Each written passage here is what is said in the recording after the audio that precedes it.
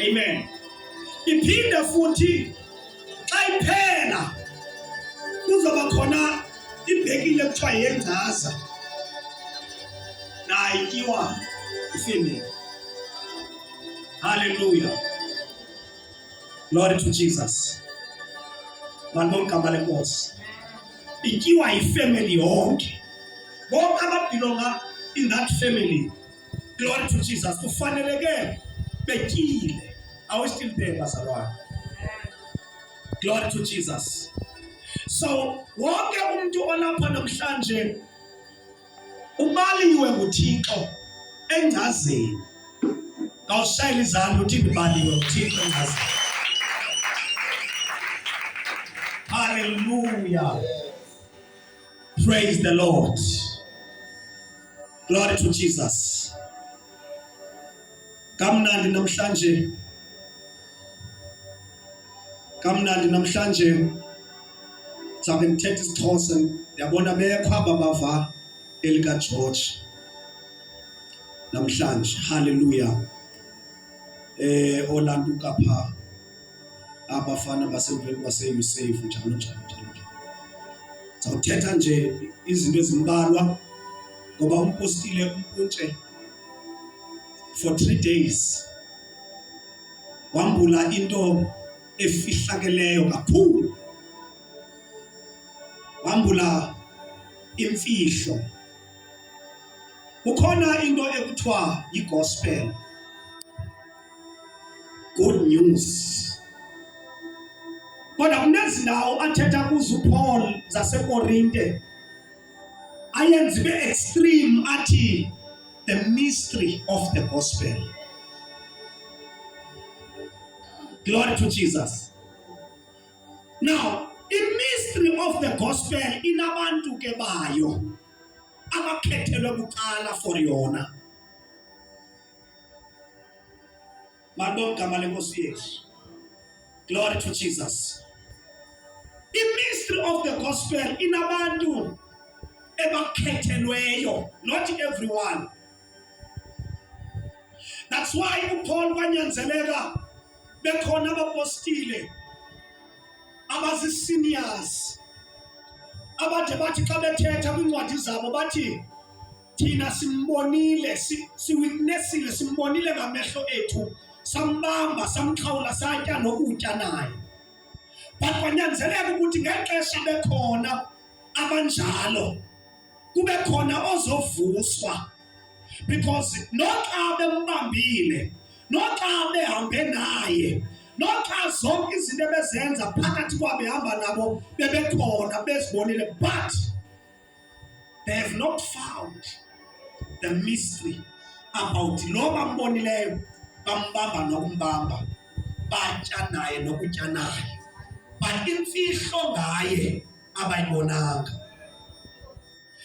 That uThixo yamnyanzelisa lento, yamnyanzelisa uThixo into yokuba ngaba makahambe ayolanda the person, glory to Jesus, ozoza the mystery of the gospel. Now mjonge xa elandwa uPawulos uthi kwenzeka njani. Ulandwa esenza amaxhoba abazalwane, ulandwa ebulala abazalwane, bavalela ezitrongweni. But uThixo chose into yokuba ngaba abambe yena, because ubukroti bakhe, ubungwadalala bakhe nobustrongo bakhe buzawumelana naba abambonileyo ehamba nabo. Number one, kuzonyanzeleka into yoba ngaba asebenzise ukuqina nokomelela nezili kaPawulos ukuthi kuqala amelane nabebandla, kwazi umelana nabebandla kuqala. Number one. Glory to Jesus. Number two, akwazi ukumelana nezipiriti ezibanga i-territories. Njengoba ubani umfana se-athe nathi ngibonile kude kwabhalwa noThixo ongaziwayo kule ndawo, kodwa ndizise mna. Glory to Jesus. uThixo umdali wamazulu nomhlaba. So abona uThixo, this is the person.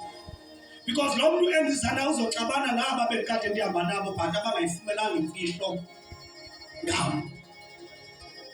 Izoqala apho kuqala. Awusithi bazalwane. So sikhumbula ngabazalwane, sikhumbula umbandela wevangeli yemfihlo, umbangela wevangeli efihlakele. Khona abantu abahlabelela ingoma andayazi noba bayaziva nezingoma abazihlabelelayo. Hallelujah. Hlabelela thi banintsi abakholwayo kodwa abayiboni imfihlakalo yezulu. Hallelujah. Athi banintsi abakholwayo kodwa abayiboni imfihlakalo. Athi xa iqhubeka lo mhlabelela batyilele. Ukukholwa kunendawo yakho. Ukukholwa kunentoni? Kodwa ukumazi uThixo kunendawo yakho. And ukumazi uThixo uthatha i-revelation. Hallelujah. Ukukholwa kunendawo yakho. Ukumthanda, kukhona abantu abamthanda nyani uThixo abanezini ngoThixo but they don't know their God. Bayamthanda but abamazi uThixo. Now, kwixesha ke esivuswa kulo, sivuswa sinikezwa, glory to Jesus, it take measure. Hallelujah.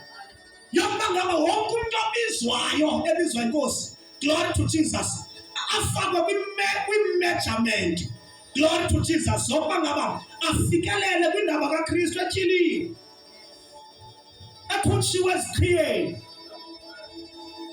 Hallelujah. Thatha umakhelwane ithi makhi, injalo le nto kule minyaka. Ithi injalo le nto. Etyhiliwe. Remember iBhayibhile lithini? Lithi iBhayibhile ka ufunda kwincwadi zama-Efese.